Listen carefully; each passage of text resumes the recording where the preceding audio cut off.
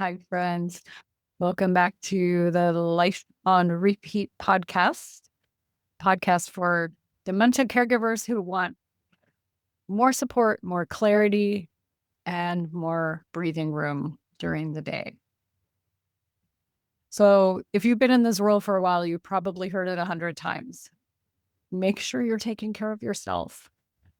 We hear that, but what does that really mean? Especially when you're in a high stress state and you're not able to tap into that creative part of your mind and your brain to problem solve and figure out what exactly does that look like for me.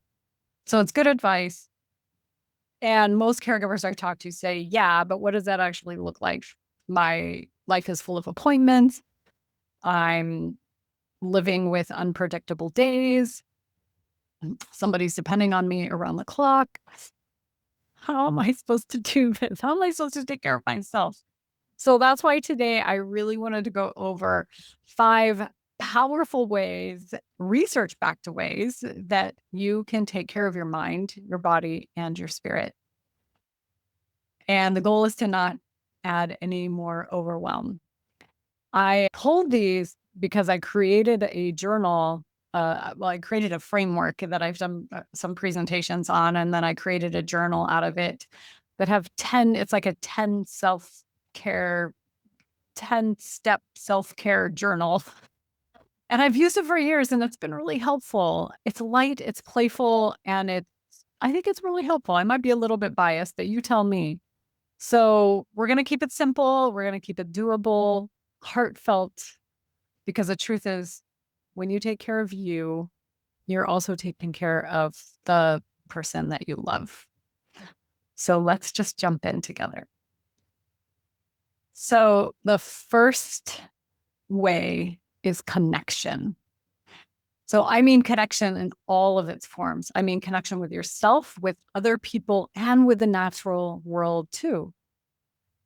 There was a Harvard longevity study, and this was, I think it's the longest running study around. I should look this up. I'm sorry I don't have this information right at my fingertips right here, but it's a study that followed people for decades. And it basically found that the quality of our connections, not the number of our connections or, the activities that people were doing, it was the quality of the connections was one of the strongest predictors of health and happiness and longevity. So in other words, they would look at 2 individuals that had the same diagnosis, and they found that if person A felt connected more than person B, then person A was determined to have a better health outcome and live longer.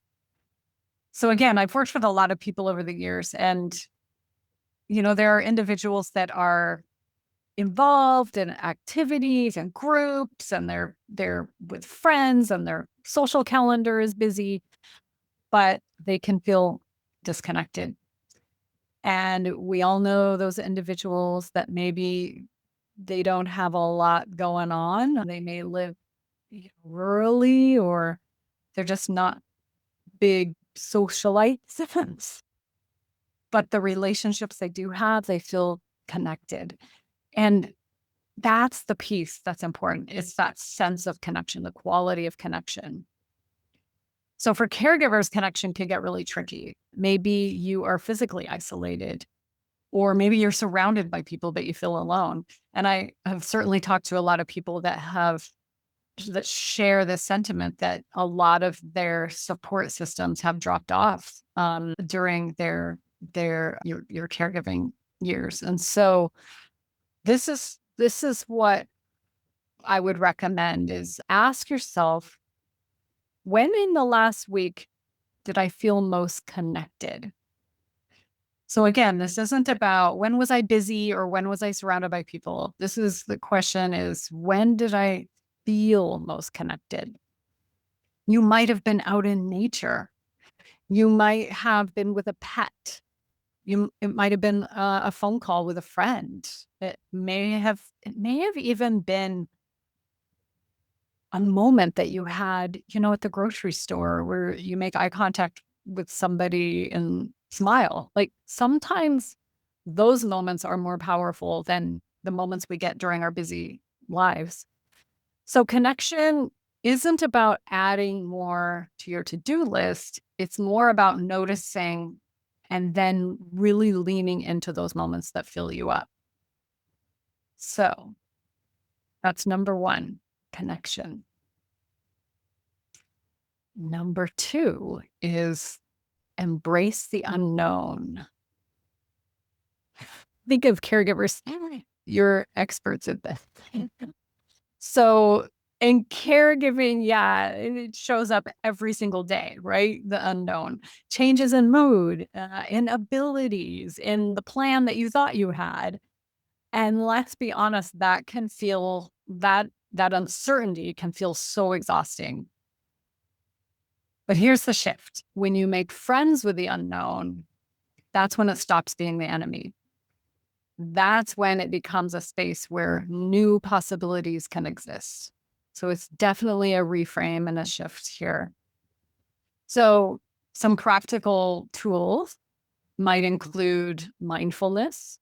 And we've got a couple of episodes out on mindfulness that can be so important, bringing yourself back to the present moment, tapping into your senses, the sense of smell and sight and taste and touch, and really bringing yourself back into the moment and not spinning out in your head, in your mind. Another tool is visualization, which is so powerful because when you're really utilizing visualization, you're tapping into part of the mind that does not know the difference between what is real and what isn't. When we're talking about our subconscious mind. And I have a lot of training in that background that I started my career out in that world of hypnotherapy and mind-body healing. And it is unbelievably powerful when you use your mind as a tool in that way. So visualization can be, again, so powerful. Our feelings will follow our thoughts. And if you begin to start to sort of train your mind in a sense that you are the master, your thoughts are not, because our thoughts will just run away with us. So if we start to kind of reprogram our brain or reprogram our mind to think in certain ways and even have fun with the visualization piece, returning to a place of a sense of peace or whatever your desired emotion is, it's so powerful, and it doesn't take long to reap the rewards for that. So those are two really helpful tools that you can use: mindfulness and visualization, and just knowing your anchors. When you're embracing the unknown, it can feel like you're swirling in a vortex of the unknown.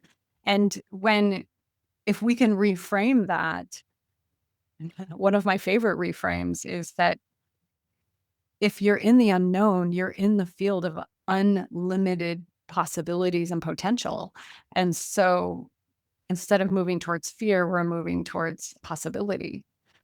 That can be helpful. So ask yourself, when has an unknown outcome surprised you in a good way? And look back through your life. Really take the time to answer that question. When has an unknown outcome surprised you in a good way?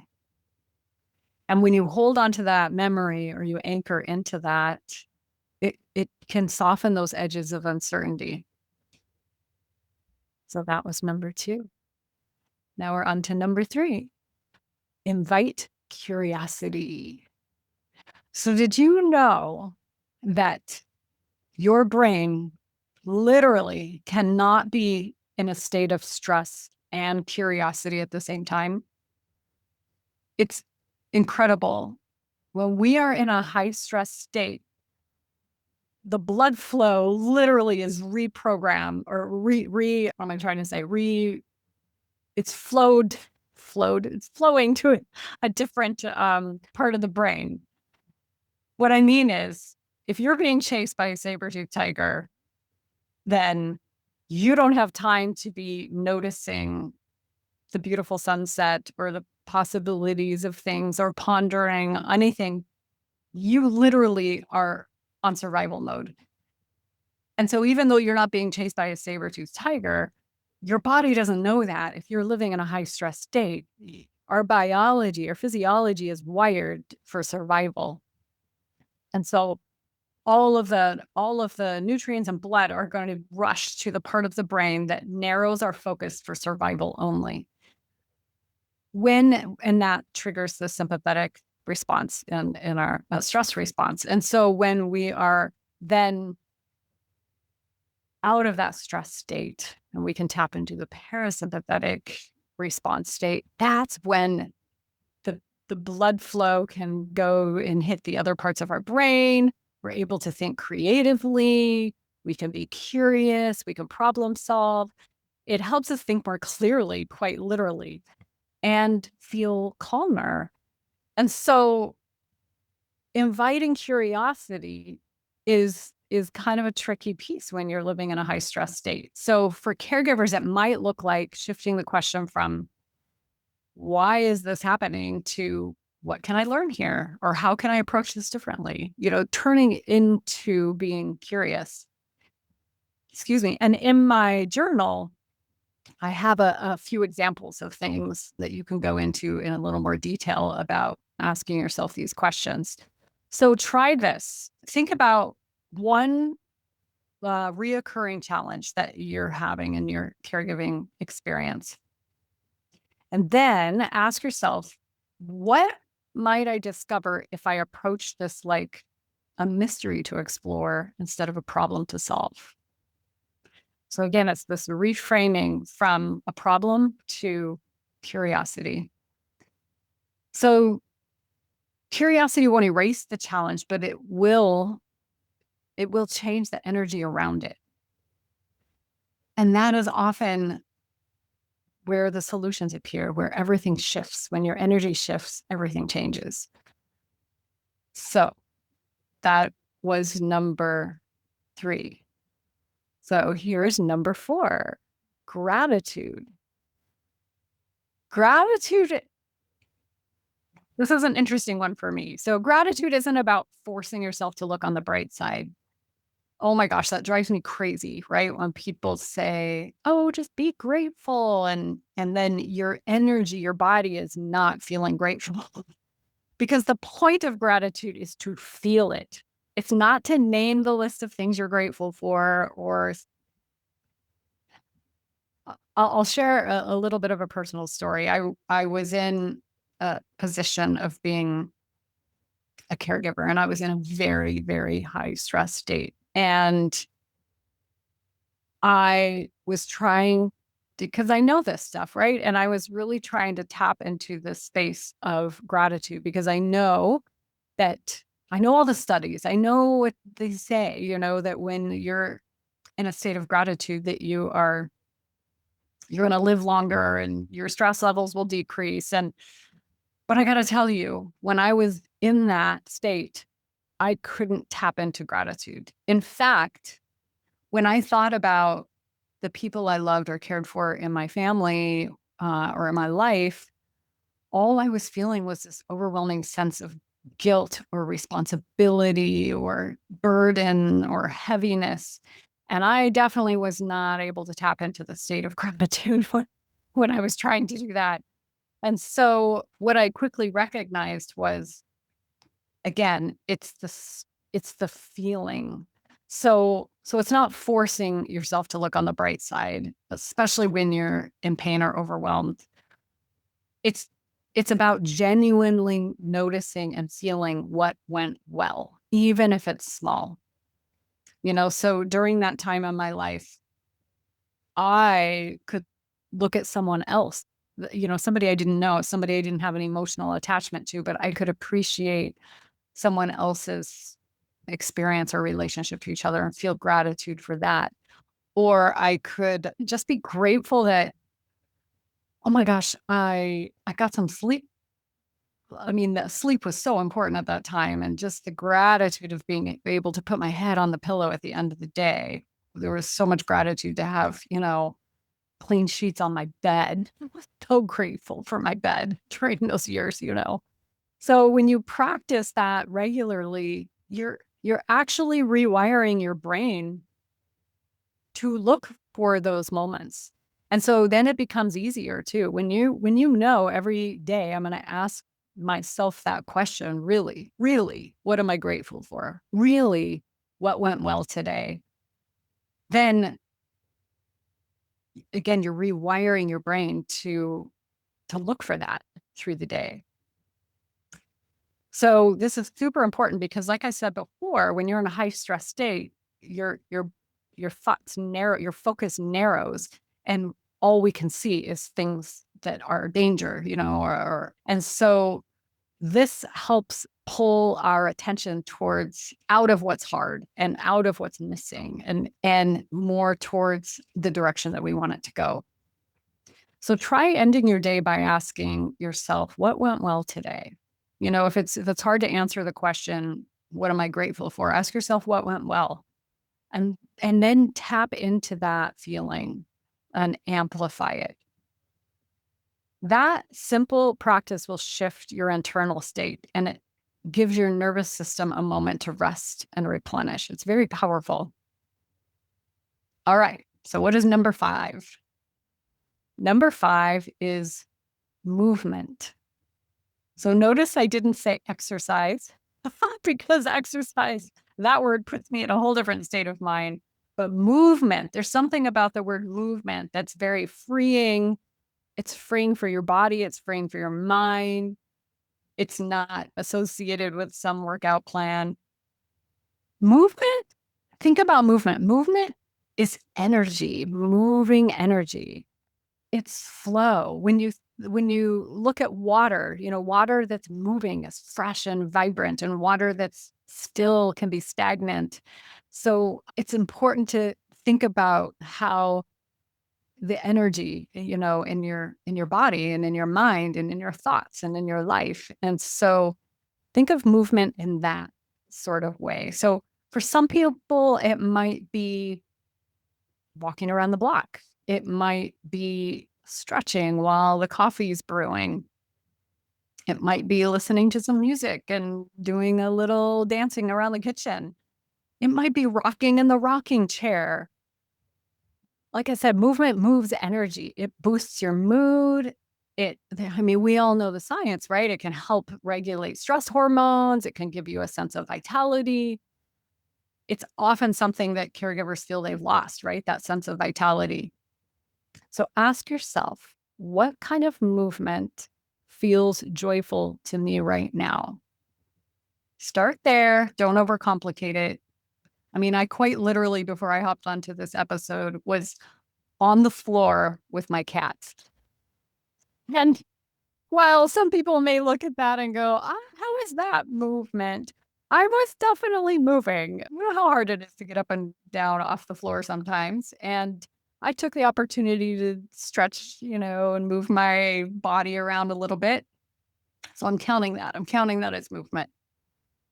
So those 5 practices that I just told you, connection, embracing the unknown, inviting curiosity, gratitude, and movement, are small shifts that can make such a big difference in how you feel and function as a caregiver. And you don't have to do them all at once. In fact, I encourage you to just pick one that resonates and get playful with it. Try it out. Pick a day of the week, but notice how it impacts your energy, your mood, your sense of self. And if you want more, if you want to go deeper, I have, like I said, I put together 10 self-care practices, and I've got a totally free downloadable self-care journal that goes over all 10 of those. And in that journal, you'll find really cool guided prompts and reflection questions. It's short, it's easy, but it's really I love it. I know I might be biased, but I really do love it. So it's just kind of a space to get ideas and track your own journey. So you can just go to the link below and request that. And I'd be so happy to send that to you. So remember, when you support yourself, you're also supporting the person that you're caring for. And that is one of the most loving things that you can do for both of you. So until next time, take care of you.